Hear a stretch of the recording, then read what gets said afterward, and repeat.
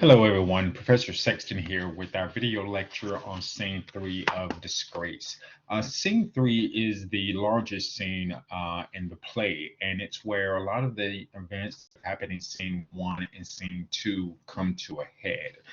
So if you think about it in terms of short story, when you talk about a climax, where climax is where everything is at its highest tension point, that is Scene 3. Scene 3 occurs 3 months after Scene 2. If you remember in Scene 2 has opened with Amir and Emily discussing the article in the New York Times in which it reports how Amir was at the trial of the Amman, and Amir is upset because the article reads as if he was defending the Amman, and he's worried about his job position.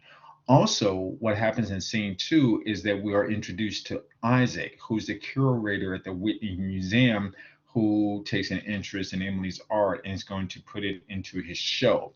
Scene 3 is a dinner party at Emily's and Amir's house, or at Emily's and Amir's apartment.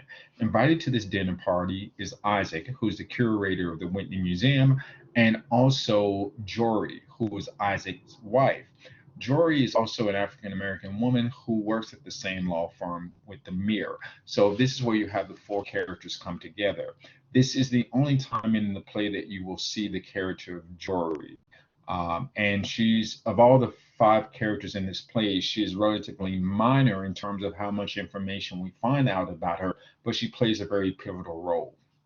When Scene 3 opens up, what we see Amir standing on the terrace, and he has a drink in his hand. He drinks again, he stares into the bottom of the glass, and then all at once he smashes the glass on the terrace floor and shards fly.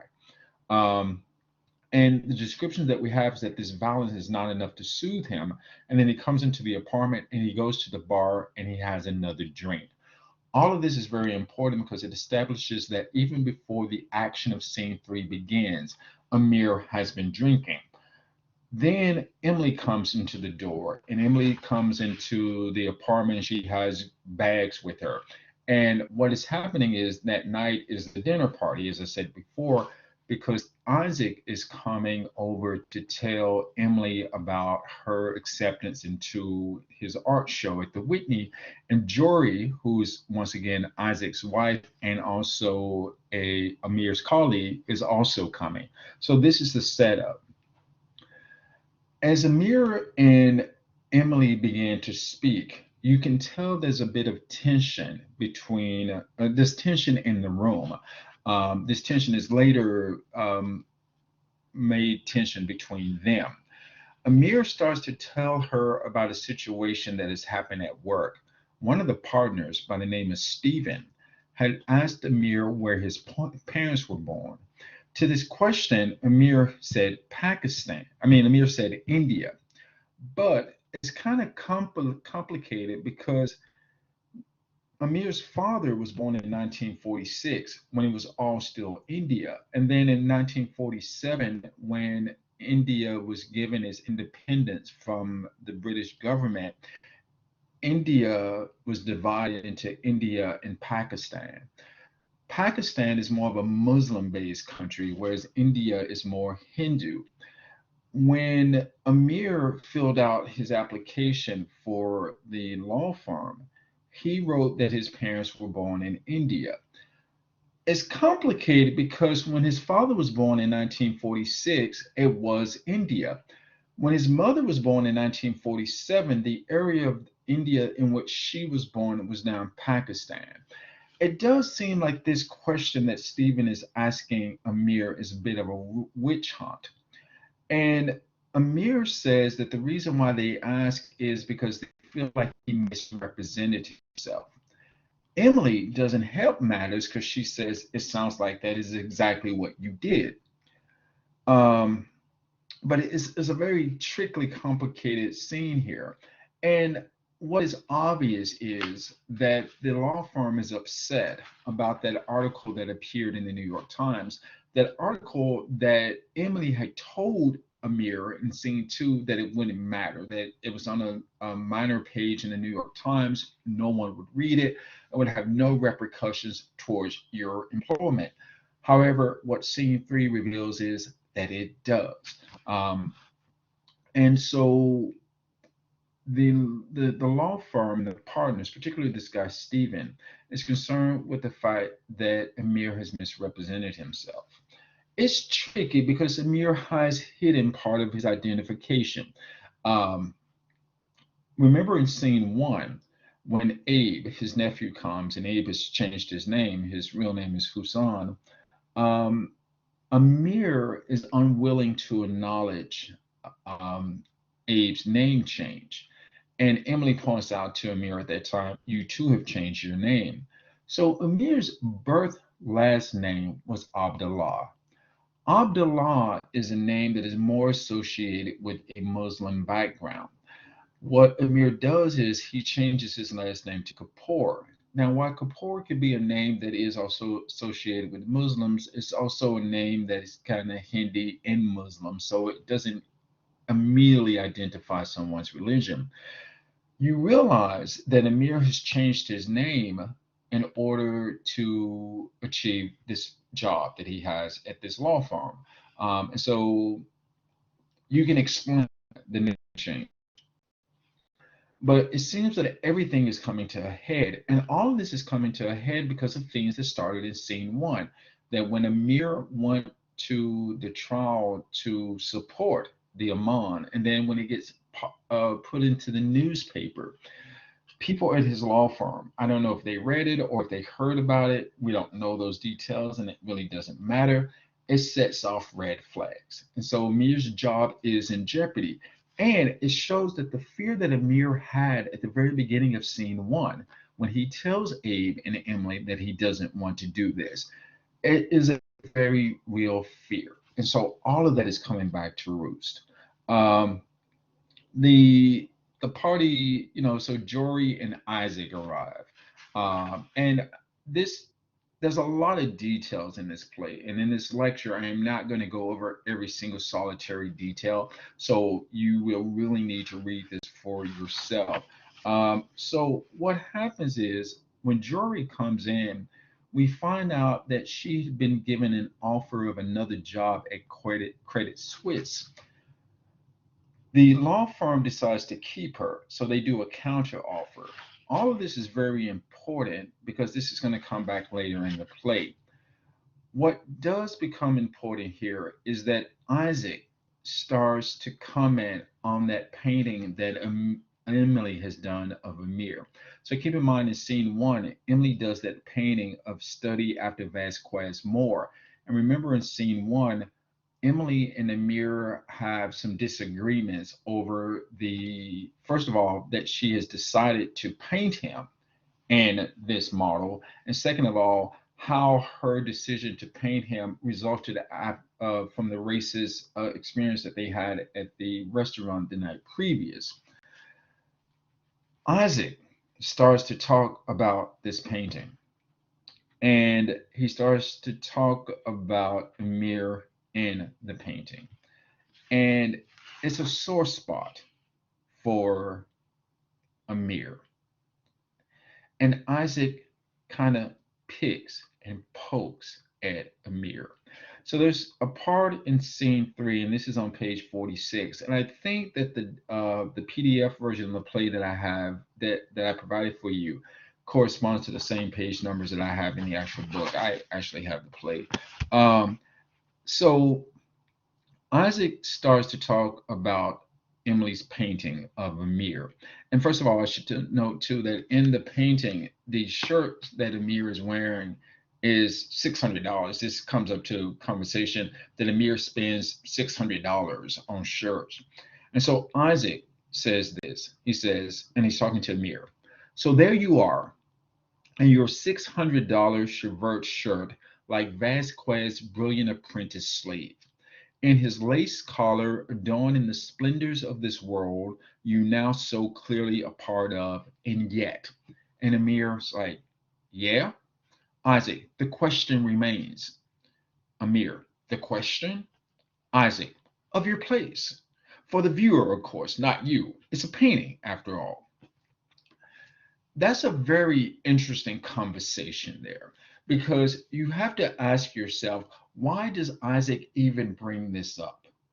You know, does he know that this painting is a sore spot with the mirror? And if he does, then that makes him bringing it up all the more a really negative thing for him to do. If he doesn't know, what it also shows is it shows just how much Amir is bothered by this painting. This kind of sets the stage for Isaac and Amir to start discussing religion. And one of the things that I've always said that things that you should never discuss at a dinner party, there are two: religion and politics. And especially when religion and politics go hand in hand, that could be very explosive. Take into consideration that Amir has been drinking, that his job is in jeopardy. Also, think about this: Amir is a Pakistani Muslim man, even though he says that he no longer practices. And Isaac is a Jewish American man. And the two of them, you would think that there would be some type of bonding between them. Yet there's an animosity between them. And I'm going to give away something that is revealed later on in scene three. So just there's just a spoiler alert that if you've not read scene three, I am going to spill all of the tea, as they say. Um, Isaac and Emily slept together a year ago when they were in London. No one knows this. So Jory doesn't know this, and Amir doesn't know this. But what is going to be revealed later in scene three is that Isaac has feelings for Emily. Essentially, he's in love with her. So when you hear that later in scene three, then you go back and read the earlier parts of scene three, you can begin to understand like some of the things that Isaac brings up. There's another motive driving this conversation. And so keep that in mind as you're looking at the conversation between Isaac and Amir. And it is mainly Isaac and Amir who are talking about religion. Things are tense. Um, Amir says some horrible things. Um, I struggle with this scene of the play, and I struggle with it because I'm always trying to figure out why Amir says and sometimes do some of the things that he does in scene three. I believe that sometimes in an argument, in order to win an argument, sometimes people will say things that they don't necessarily believe, but they say that just in order to win an argument. I like Amir as a character. I understand the complexities of his identities and how he is trying to succeed in American society.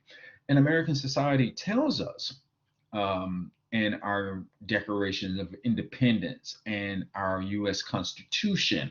I mean, look at the preamble to the US Constitution. We hold these truths to be self evident that all men are created equal, that they are endowed by their Creator with certain inalienable rights. Among them are life, liberty, and the pursuit of happiness. It is interesting that when this document was written, it said all men, but obviously all men did not include blacks.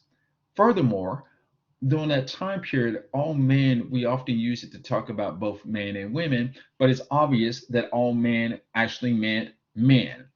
Um, so there's the ideal of America, what America tells you is possible, but then there's the reality. And for Emir, someone of a South Asian background who is Muslim, and this is post 9/11. This is 2011. There's one thing that we say there's another thing how those experiences are lived. And so I am always conscious of that when I'm looking at a mirror and what he says and what he does, because he's trying to make it, right? And if any of you have ever read The Great Gatsby or even seen the movie versions of it, Gatsby is a similar type of character. Gatsby is trying to pursue the American dream, but because he was not born in the right place of the right family, there are doors and avenues that are shut off from him. And Gatsby, in order to win the girl, Daisy, creates a new identity. This is the same thing that Amir does. And it's the same thing that you see often in American literature. I mean, if any of you have ever read Arthur Miller's The Death of a Salesman, that play itself deals with these very same issues. It's a very American trope. So this is what Amir is facing. So Amir and Isaac have this heated discussion about Islam, about being Jewish, about what it means to be minoritized, about trying to fit in into American society. And Amir has a lot of issues. I mean, which is just, I mean, it's just obvious. This man is struggling with a lot. Um, and Isaac is poking him, just minor ways, like just keeps pushing him. And he's going to explode, which he does. Um, Amir talks about the Quran and Islam in a very negative way in scene 3. I want you to be careful here because these are not Akhtar, the playwright's views. And these are not views that should be accepted as truth. This is a work of fiction. This is a fictionalized character doing fictionalized things.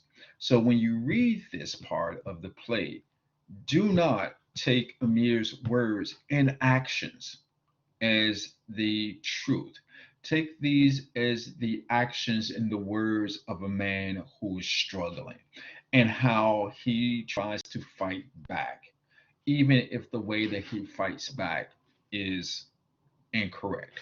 Um, so this is what happens, and this conversation goes on for a while. I'm not going to go into all the nitty gritty about the different things that are brought up. Um, you can find that out as you read the play. I'm going to kind of fast forward here because what happens is this, and this is what brings scene 3 to a head.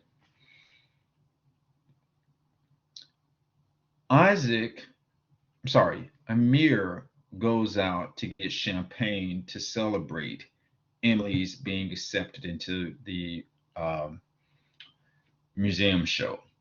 Jory goes with him, which leaves Emily and Isaac at the house together. And when Emily and Isaac are together, this is when everything comes to a head. This is on page 61. And Emily says to Isaac, "You think I don't know what you're doing?" And Isaac, "What am I doing?" She's like, "Emily," and Emily says, "Isaac, please." And this when it comes up about the one time that they slept together in London. And Emily says it was a mistake, and that it won't happen again. Isaac convinces her that he loves her. And a few times, Isaac moves in to kiss her, and she moves back. But before that comes to a head, Isaac reveals to Emily that Jory has been made a partner at the law firm where Emily and Amir both work. Um, and the reason why Jory went with Amir to go get the champagne was because she wanted to tell him this herself before he learned it from someone else. Um, this just kind of like speeds up things between Isaac and Emily. Isaac says to Emily, and this he goes back to the painting here. Isaac says to Emily, and this is on the bottom of page 69, he says, "He doesn't understand you. He can't understand you. He puts you on a pedestal. It's in your painting. Study after Vasquez. He's looking out at the viewer. That viewer is you. You painted it. He's looking at you. That expression on that face, shame, anger, pride. Yeah, the pride he was talking about. The slave finally has the master's wife. This is Isaac talking about Emily's painting of Amir. And so when you hear this, you finally realize and understand that everything that has happened previously in scene 3 was because this was motivating Isaac. Emily is upset. And this is when he leans in to kiss her. And he does it once, twice, she rebels. But then he leans in that third time and she doesn't. And just as he does, and because this is a play and because this is drama, the door opens and Jory walks in. And she's in a huff. Obviously, something has happened between she and Amir. But she stops because first she comes in, she says, Isaac, we need to get out of here. And then there's a dash and she stops. And these are the stage descriptions. But stopped in place by a moment of intimacy between her husband and Emily. And Isaac's like, honey, and Jory, this is what Jory said, what the fuck is going on here? And then she's like, are you having an affair with my husband? And so all of a sudden there's this explosion. And Emily, Isaac, Amir comes in after Jory. And Jory says to Amir, they were kissing. And Emily's like, that's not what was happening, Jory. I know what I saw. And then Emily says to Amir, Isaac told me about them making you a partner. I know how much longer Amir has been there than you. I was upset. I was crying. So let me kind of explain what has happened here. So Amir and Jory work at the same law firm. Amir has been there longer than Jory. We don't know exactly how much longer. The play doesn't really spell that out. So it could be 2 years, it could be 5 years, it could be 10 years. However, you would think because of seniority that if anyone was going to be made partner, that it would be Amir over Jory. Amir also comments that he is usually the first person to get to work and the last person to leave. That Jory is often like the last person to get there, the first one to leave. He begins to talk about how much more privilege Jory got than he. That when he first got into the law office, that his office was a small room that they now use to store the closet, whereas she had an office overlooking the park, and let's assume that it's Central Park. So he's highly upset that Jory has been promoted over him. And he tells Jory, and this is his anger, he says, you think that you're and he uses the N word. He said, I'm the N word. And he doesn't say N word. He actually uses the exact word, spell it out with the R ending. But then this whole controversy is replaced with the other controversy that Emily and Isaac have slept together. Now, I want to distinguish here. They are not having an affair.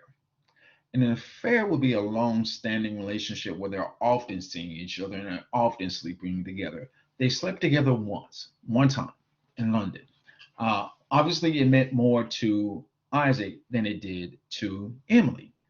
However, when this realization occurs to Amir that his wife has cheated on him, essentially that's what it is, with Isaac, he spits in Isaac's face.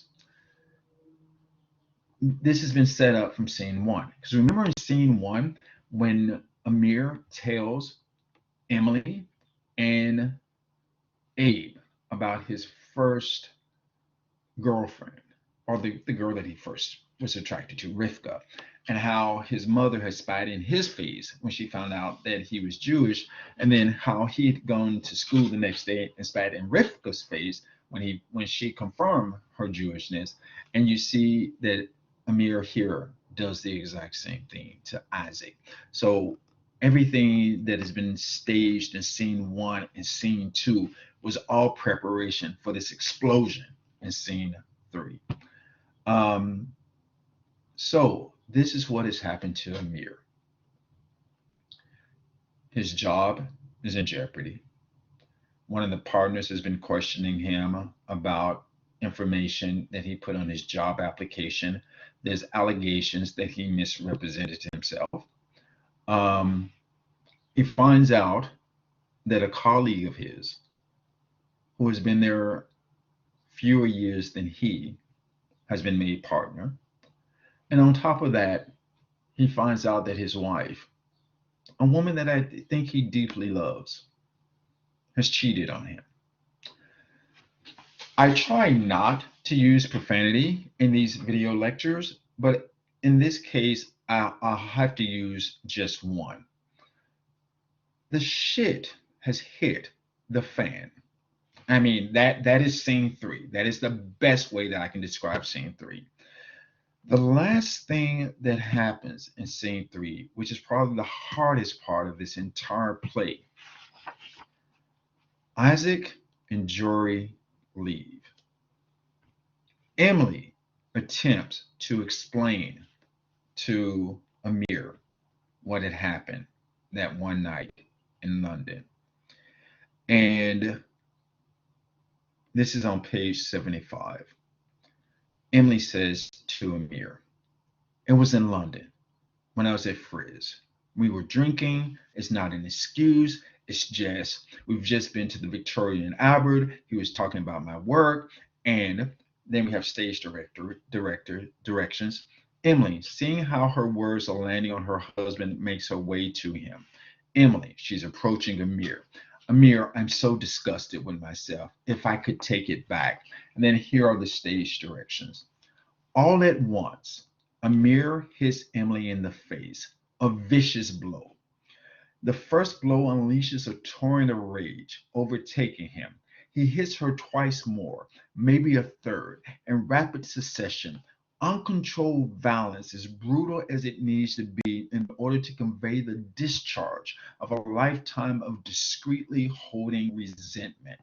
Then we have stage directions here, where in parentheses it reads, "In order for the stage violence to seem as real as possible, obscuring it from direct view of the audience might be necessary for it to unfold with Emily hidden by a couch, for example." So I actually saw this play perform when it was on Broadway a few years back, and they didn't show this. So like when Amir was hitting Emily, he hit her behind the couch, so we didn't actually physically see him hit her. However, when she comes up, you see her bloody face. Um, but going back to the scene where he hits her, and this is stage directions. After the last blow, Amir suddenly comes to his senses, realizing what he's done, and he says, "Oh my God." Then at that moment, just at that moment, there's a knocking at the door, beat, and then more knocking. Finally, the door gently opens to show Abe.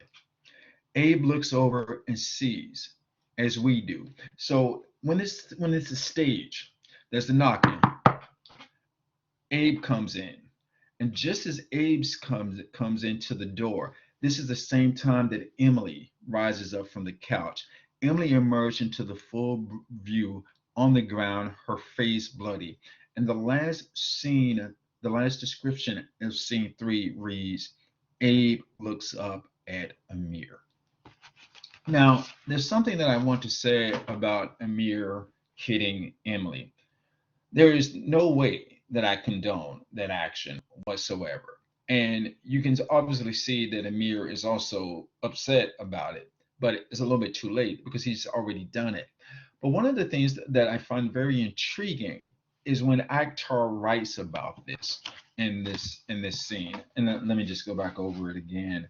Um, in that description, he writes, Uncontrolled violence, as brutal as it needs to be in order to convey the discharge of a lifetime of discreetly building resentment.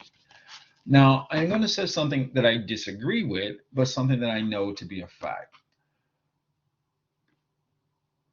There are a lot of times where the way that this is written, it makes it seems as if Amir's anger and frustration is not just directed at Emily. This is the culmination of a lot of things that have just come to a head. So it's the loss, it's not so much the loss of his job, even though his job is in jeopardy, but the fact that someone who, like, Amir has worked his ass off at this law firm. And you can see that in scene one. Yet someone else who has come in after him, doesn't put in as many hours as him, is made partner, and he's not. So you have that, which he relates to the whole thing with his wife asking him to defend the imam. Then there's the revelation that his wife has been unfaithful. So for Amir, for so many years, he's tried to be the good guy. Sweep things under the cover, do what everybody says, stay in step. If I do this, if I follow these rules, if I go this way, this way, this way, this way, I will get the rewards. And yet he does and he doesn't. So when Akhtar describes that, it's almost as if all of this accumulation of all of this stuff comes out in those punches. Does it justify him hitting Emily? No, it doesn't, not in the least. Um, and when Abe comes in, I think that's very significant too, because the description says Abe looks up at Amir. But that's interesting because in scene one, Abe has looked up figuratively to Amir. Amir was his kind of like his muse. I mean, he wanted to be like Amir. He did things that Amir did. Yet this scene changes everything for Abe. And it's something that you're going to see come to a head in scene four. So, as I said before, there's a lot that happens in scene three. This video lecture doesn't do justice, uh, unfortunately, to all the nuances of scene three. And even though this lecture has given away a lot of the secrets of scene three, it is really in your best interest to read that for yourself, because there's so much more there that I just could not present in this video lecture. So make sure that you read scene three. Unfortunately, the PDF of the play that I have for you in course readings, it's not divided by scenes. So when you go to the PDF, it brings up the entire play again. You just need to scroll to it until you get to scene three. The last scene of the play, scene four, is a very short scene because it kind of ties up the loose ends. Even though scene four is short, it's a very necessary scene. So there's nothing in this play that is unnecessary, as you've seen with scene three. That everything that happened in scene one, scene two leads us to scene three. And then scene four is that fall in action, the resolution. So read scene three, and there is a discussion board post on Disgrace as well. All right, everyone, take care and have a good week. Bye.